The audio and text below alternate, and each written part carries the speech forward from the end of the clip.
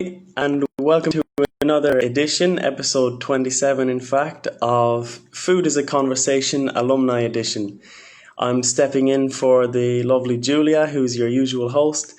This is just an interview series where we take some of the amazing alumni of the Future Food Institute programs. So our interviewees have come from the master's program, a food innovation program, a boot camp, a digital or in-person boot camp. Sorry, I'm just organizing to get the guest in. So we bring them in for a chat. They're wonderful people, very diverse. They've all got their own story to tell. And I'm going to bring in my first guest now, who's joining us from India. And this is, let's see if we can bring him in here. So Gyan joined us in July for our digital boot camp.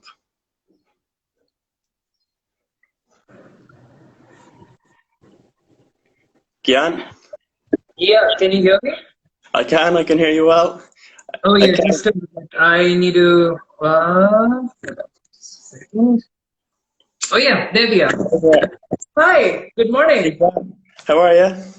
I'm good, How are you? I'm great, thanks. Thanks a million for joining us. Likewise. It's always a pleasure to be with you guys. Yeah. So myself and Gyan actually met each other in July in the digital boot camp, right, Gyan? Yep. We happen to be classmates, so it's nice to see a friendly face and quite emotional, to be honest, given the pandemic and the distancing, and so it's always nice to see a fellow mate.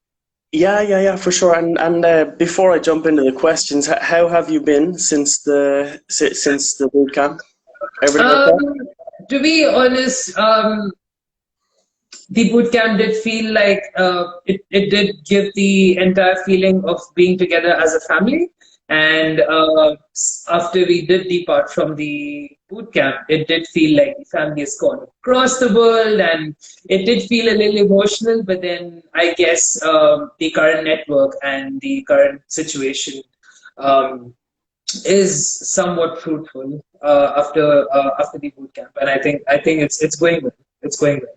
It's positive. Yeah, and of course, better to have had the experience than not, even if, families split all the time, so they always come back together. Yeah.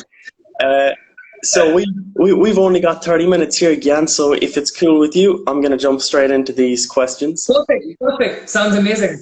Great, thank you. So, starting off, so how did you become a part of the future food ecosystem? How did you become a food and climate shaper first day? It's quite an interesting question, to be honest, and the story doesn't go that far behind, but I'll try and make it quick. So my senior from university happens to be a local host and an advocate for climate change, and also an alumni of the Future Food Institute. Okay. Her name is Elizabeth York. She's based out of Bangalore. She is the founder of Edible Issues, and to be honest, I have been traveling around the world. I've been working with many chefs and trying to gather experiences across the entire food industry, right from FMCG to innovation to sustainability. And I did come back to India, and there are so many issues, given that we are a developing economy, and still so many issues when it comes to food. A positive opportunity for a lot of researchers, for people who are in the culinary field, and also for businesses. So there is this need for knowledge when it comes to our country, especially, and when it comes to the whole topic of food. And given that she was a senior and she was with the Future Food, and I tried to get in touch with her, and she somewhat held a pedagogic torchlight, for example, being like, the light's shining right there.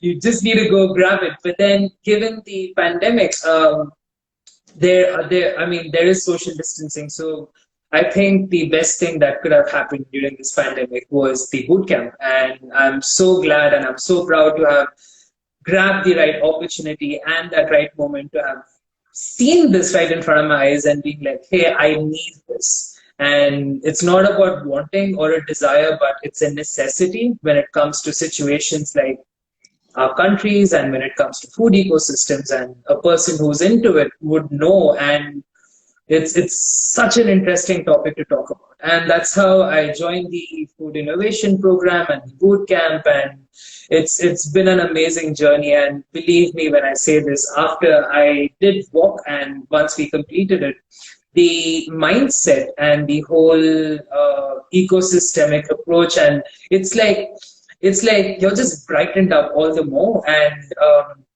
it's like a sieve, and like a sieve that you sieve flour with while making cake. So it's like a sieve where the particles that stay back are the ones that you need rather than the ones that you discard off. Yeah. So it's like that. So the Future Food Network and the Future Food Institute is like that pedagogic sleeve for you to be like, let's all dump everything in here and you take what you want out of it. And they help you take it out. So that's how I would describe it. And I'm so happy. And that's where we are right now. So sitting in India, being able to access all that information, all that knowledge right on my laptop, and having this family vibe sitting across the world in front of you on a phone, and it couldn't be more emotional than this as it is right now. That's beautiful, Gyan. Thanks a million for those very kind words. I feel the same way. What an amazing opportunity post-lockdown, or even during the lockdown, for some people to be able to join like this, no matter whether you're in India or you're in Spain or wherever you are, and put us all in the same room. And also just the fact that the one benefit, I guess, from not having it digital or not having it in person was that we could have all these people that couldn't logistically make it, lockdown or no lockdown. So that was definitely a very positive thing. So thank you for that. Thank you. Thank you. I'm more curious about so your experience, your history, Gyan. So could you tell me about some of the most positive experiences you've had in culinary art, because you're a chef, right? So some of your more positive experiences, and if you're comfortable, perhaps even a not so pleasant experience you've had in your field of work. Sure, of course. I can categorize them and pull out key factors for everyone's reference. And I'm sure my former bosses are probably going to be watching this on Instagram. So don't pardon me. And again, I love you guys. So this does come from my heart. I started my career in India. I have always been keen towards food, and I come from a science background.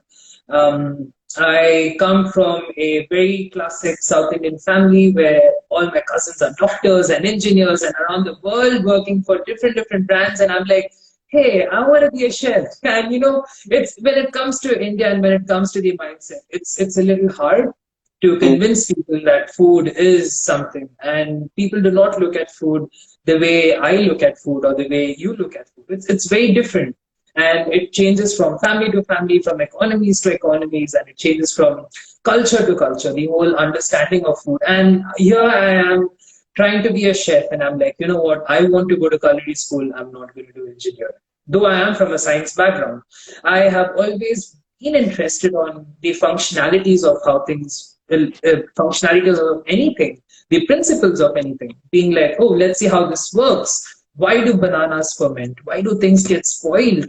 Why do fruits change color when they ripen? Why leaves go brown when they wilt? And the smells and aromas and things just kept tantalizing. And it's something that's got to do with the mind, and the mind is like this machine that controls everything. So there was this curiosity, and I went to culinary school. I did my bachelors, and you find varied people from varied backgrounds, and it's a culinary school on top of a hill by the ocean. So abundance of seafood, abundance of wildlife, abundance of nature. I still remember weekends we'd going into marshlands and trying to try and find birds and pick up vegetables for salads and stuff like that. And I finished that, and the mindset there was very interesting because people had different approaches towards food, and they all came from different backgrounds. So trying to see what people wanted in general. Some came from business backgrounds, some came from my understanding, some came from a very different approach towards food, and it was very interesting to see how people viewed food at the end of the day. And then I did go to New Zealand, and I did my master's in French cuisine from the Cordon Bleu.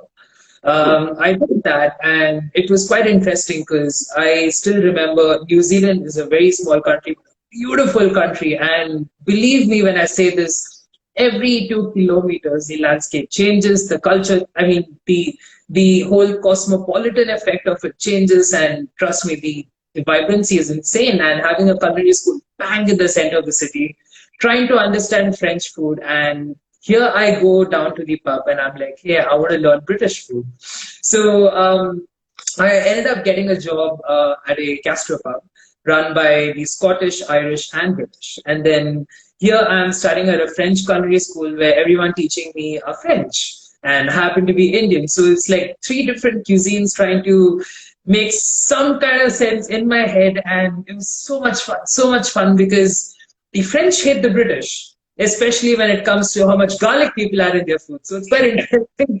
And they're like, no, the British add more, and the British are like, no, the French add more butter, and it just keeps going on and on and on, and it's so much fun. And then my head chef happened to be British, and that's when I really started understanding the value of food. Because I can give you an instance where the pub that we were in was a very rich and a very outgoing suburb, and there were 3 churches down the lane.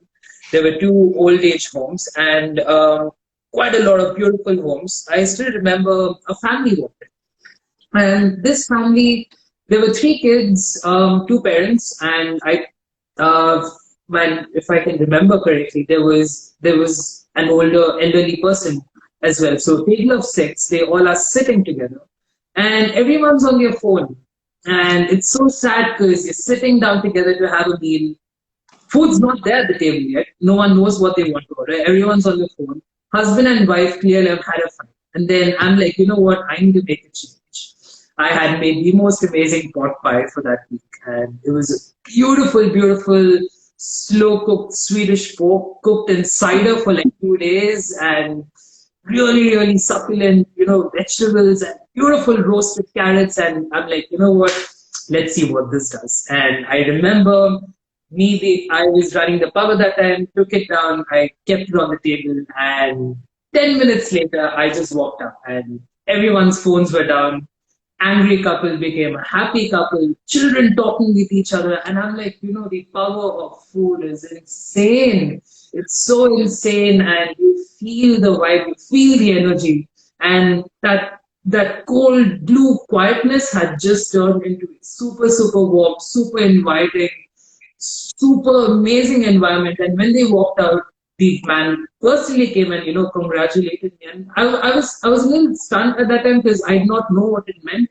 But then realizing the emotional impact food had over minds was so interesting. And that's the day when I really realized, food and mind go hand in hand, and I could bring the power of bringing families together. Imagine the power of doing that on a country scale, or doing that on a political scale, on an economical scale, but just bringing things through food. And that is something that keeps pushing me. Yeah, that's an amazing example. And just on that point, because I love the fact you were able to sort of break the sort of like hypnosis of the phones for that family in that period. Have you looked any more into this, like the connection between mind and food, and like your emotions and your food, perhaps? I have, to be honest. So we did have this amazing hackathon with the Future Food Institute, and I think that's something that's a very new concept and picked up from a very famous person, and trying to create their own version of it. And coming out of the hackathon, we currently are a group of 5. We have Finland, South Africa, Italy, and India. We call ourselves the tasty teachers, which is quite interesting. We currently are focusing on mind and food and the interrelationship between how. Here's a fact. Where is my fact? Oh, yeah. The fact is there is a medical term called DALY, which stands for Disability Adjusted Life Year. Now, this is a data that's available everywhere. In India, currently, this is a very known fact. 2,443 years worth of human life is lost in between 100,000 people, reducing the life expectancy in India to 69 years, and WHO claims all this is just due to mental stress and just emotional well-being. Now, when you know the mind has got such a big impact on on what we do every day, and food controls the mind at the end of the day, and it's a proven fact at the end. It's not even a fact, it's an actual understanding on how what we eat and what we do, and especially anything to do with food is what we are. The gut is controlled with microbes, and microbes are controlled with food, and food is at the epicenter of a person's emotional well-being, a person's mental well-being. And 69 years as an average lifespan in India is quite sad. And we do have an abundance of food in our country. I should say that 69% of India's population are non-vegetarians, and we still are a protein deficit country. Now, that's an interesting fact. Where's all the protein going? If we have so much protein in the country, why are people not eating? Is it because they do not know where it is? Do people need to be educated? How do we educate them? Now, that's something that is very interesting, and that's what we are working on currently as the Tasty Teaching team, as the Hackathon team, as an incubator. And it's quite interesting on so many factors are out there. And another interesting fact on this is something that we're working on. The Indian government during the pandemic declared free food ration for the poor, and there is a quite large of a majority of people at the borderline of poverty and below. And you do see on an average family of four, the government has declared 5 kilos of rice or wheat per person for a month, and just 200 grams of chickpeas per person for a month. And you can see the ratio of carbs versus fats, and this is being declared by the government. I'm not being political here, but thinking about it, there is something wrong with the whole understanding of nutrition, and there is no balance in what we eat at the. So how can chefs and how can research culinologists come in there and come out to society and be like, hey, there are so many other vegetables out there, so many other proteins. Chickpeas are not the only legumes and the only source of protein out there. There are so many other things that can be picked up from the wild, and things that we can eat. And how we go about and tell people that, hey, you need this as well. Malnutrition is not only about undernourishment, but also obesity. And 5% of our population are obesity.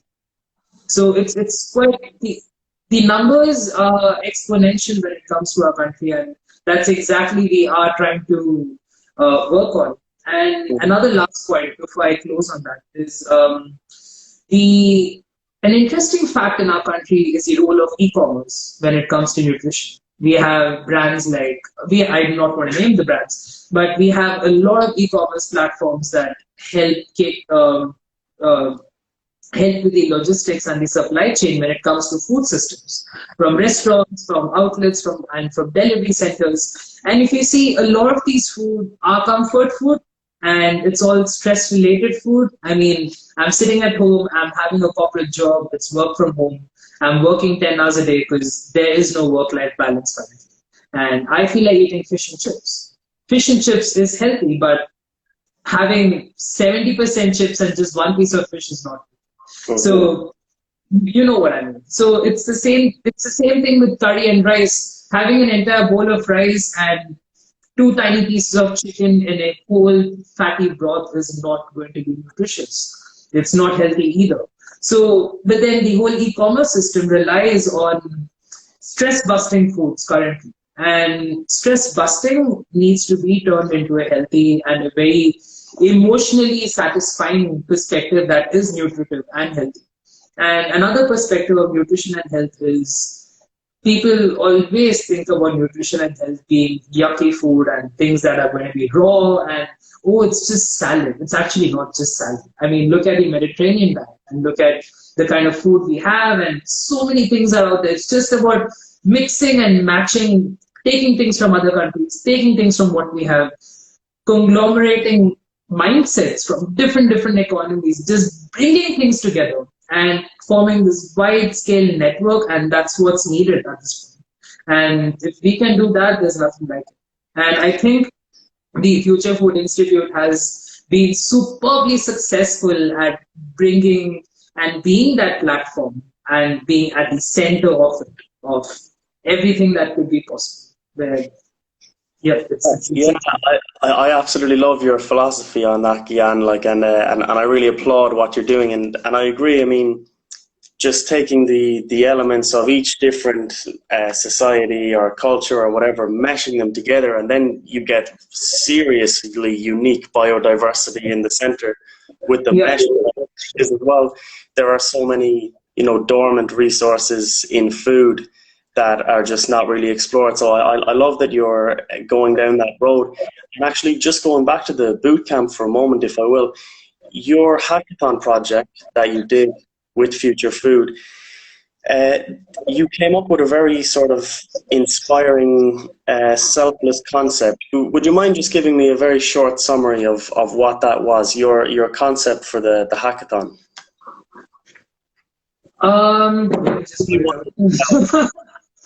Just a moment. No problem.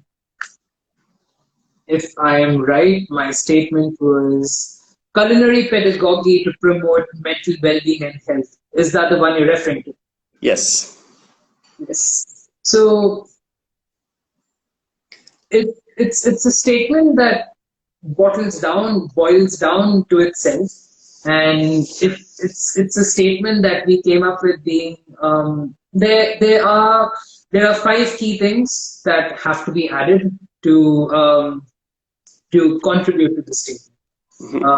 Number one, when it comes to culinary pedagogy and mental well-being, especially promoting mental well-being, we're not talking at it from a medicine perspective, but from a holistic perspective. We're not being like, oh, you're mad, we need to go to the doctor now. We're being like, we are being like better knowledge, a resilient mindset. Yes. A resilient mindset, super important. Empathy thinking. Think about what's around you. Think about what you can make the most of. That's frugal innovation.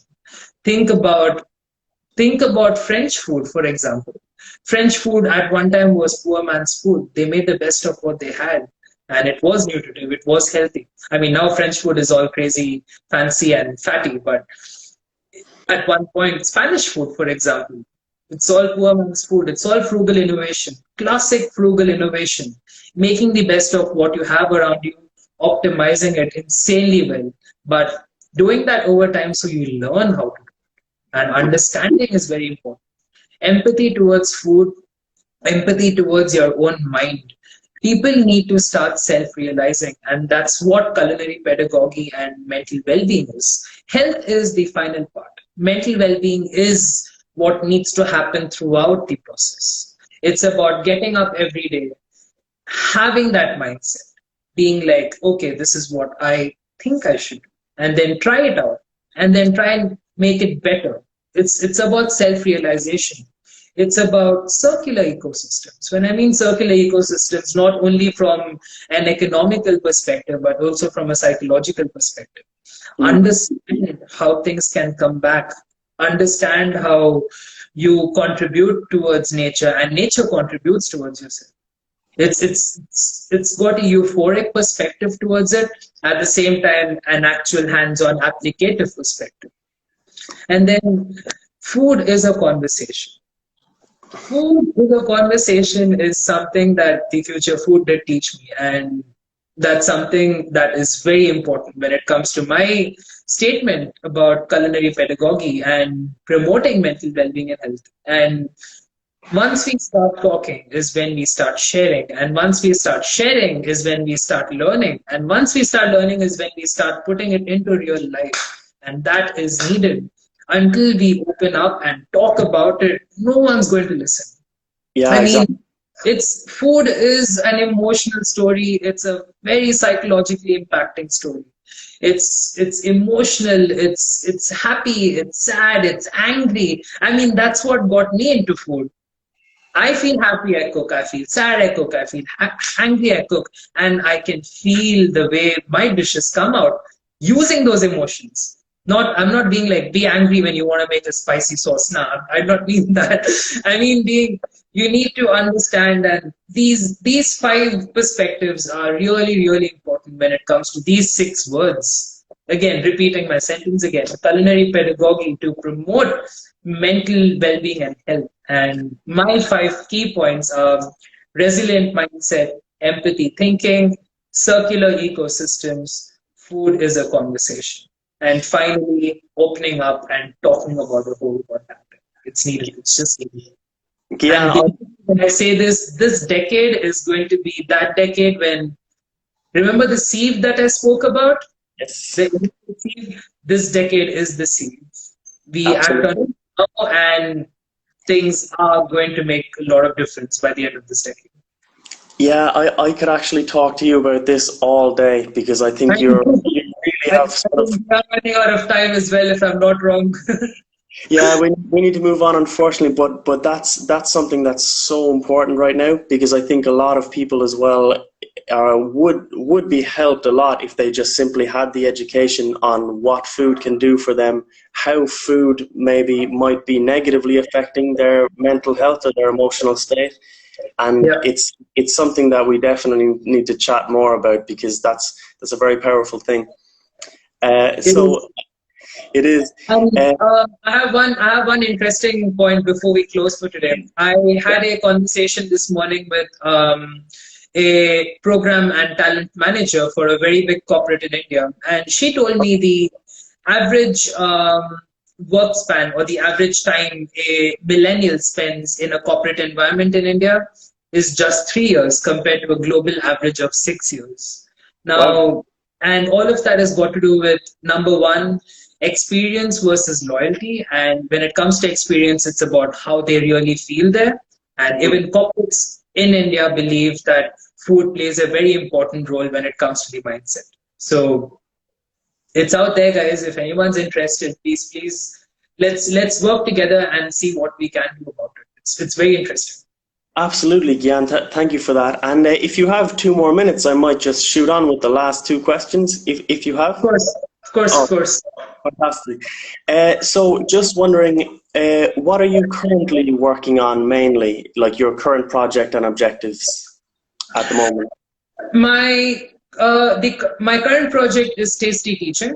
I am devoting all my time towards it. We currently are trying to find out and work out on our problem statement, our hypothesis that is an actual statement in other countries has to be actualized in our place. And for that to happen, we currently are taking examples from developed economies, putting them with developing economies, and trying to trade mindsets currently and trying to see how we can, as I did mention, the conglomeration of different, but then especially over here, it would be different economies and different mindsets and different backgrounds, trying to bring them together and see what we can come out with it. Because the problem's out there, and it's out there. We know it's there. Just trying to validate on it currently. And once we close on that, we have a few solutions. As a matter of fact, I did do a very good trial with Google recently and Dell, where we did food food exercises with the team, and it proved out very helpful. Where we involved cooking and we used certain soft skill training programs and some design thinking perspectives. It came out well. Cutting things short, we used food and we could get two departments that did not talk together in a corporate environment to end up becoming super close friends, and did boost the productivity of the team, and they got assignments done super fast, and they all were happy. So it works. Food works. Food is at the center of everything, and it works. So that's what I've been doing currently. That's absolutely class, Gyan. Unreal. I can't wait to talk to you more in depth about that, because that's amazing. Great progress. Congratulations on that. I wish you the best of luck with it. And just what the final question here now, it's quite a broad question, but your ideal food future, what does it look like, and do you think it could be achievable? I have one answer to that, and it's just a one-liner. It's a good thing to think about. The future lies in a combination of the past and the present. And when I mean that, I do not mean that in a very, it's not a figure of speech or anything, but there are answers that have proved useful in the past. When I mean past, the ancient past. And there are answers in our current present. I feel using these two put together, they should be a very good possibility for the future. There are notes, I have been going through them recently. Indian culture talks about cuisines related to the mind. Now, this is something that was written thousands of years ago, and I just happened to stumble upon it. And further reading into it, there are many, many cuisines around the world that focus on different kinds of mindsets. And I feel in future, health eventually can be controlled up to some extent holistically through the food we eat. And there are a lot of studies happening around the world right now trying to see how the mind can be put to use and how ancient cuisines from around the world can be used as a future perspective. Again, this comes down to one simple answer: frugal innovation. Those days, people did not have a lot. Right now, we have a lot of things. So it's like going back to the olden days, seeing what they had and coming out with the best of it. But at the same time, using the present, optimizing it, making the full out of everything, really thinking towards a circular ecosystem, because we need to give back to nature. And if we use some, there's only that much that nature can give. And if we do not give back, we need to learn how to give back. So it's about that, and looking back at the past and comparing it to the present. That's a very powerful philosophy on that, and I think you're right. But I mean, doesn't it's like how achievable do you think it is? We sort of need everybody on board, right? We do need everybody on board, and as I did mention about the 5 key takeaways from my 6 words, food is a conversation, and we need that's the first step. Let's start talking about it, and I think once we do, then things will start moving. And yes, there's nothing that's impossible. It's about how much of an effort we make, and as you did mention, Jeff, correctly, we need to start now, and it's either now or it's never. So yeah, use this opportunity to start. And as I did mention, right now the pandemic has been the best thing, and I couldn't have had a better time to talk about tasty teaching, work on mind and food than ever before. So it's me taking an action now. I would recommend that to everyone out there. It's now that you need to take the action. And finally, food is always a conversation, and let's get to it. Absolutely. Thanks, Mayan Gyan. You've been very, very generous. It's been so much fun. Believe me, it's been raining for the past couple of days, and I thank my stars it did not right now. We need to make these more regular. I'm going to give you a call there now today. Let's chat more about tasty teaching and everything. You've injected me with a nice little bit of energy this morning, Gyan. So thank you for that. And I thank you as well, and it was amazing talking to you. No, absolute pleasure, Gyan. Thanks a million. So I'm going to end it right here. So I'll just say to the guys, to the audience, thanks a million for joining us again for the Food is a Conversation Alumni Edition. This was Gyan from India, and the next episode, number 28, shall be on Tuesday the 29th at 6:30 p.m. and that's CET. So thanks a million again, Gyan. Thank you so much. It was amazing talking to you. Quite emotional, actually. It's been such a long Anyway, let's chat more there now. of course. Thanks, guys. Take See care. you. Bye.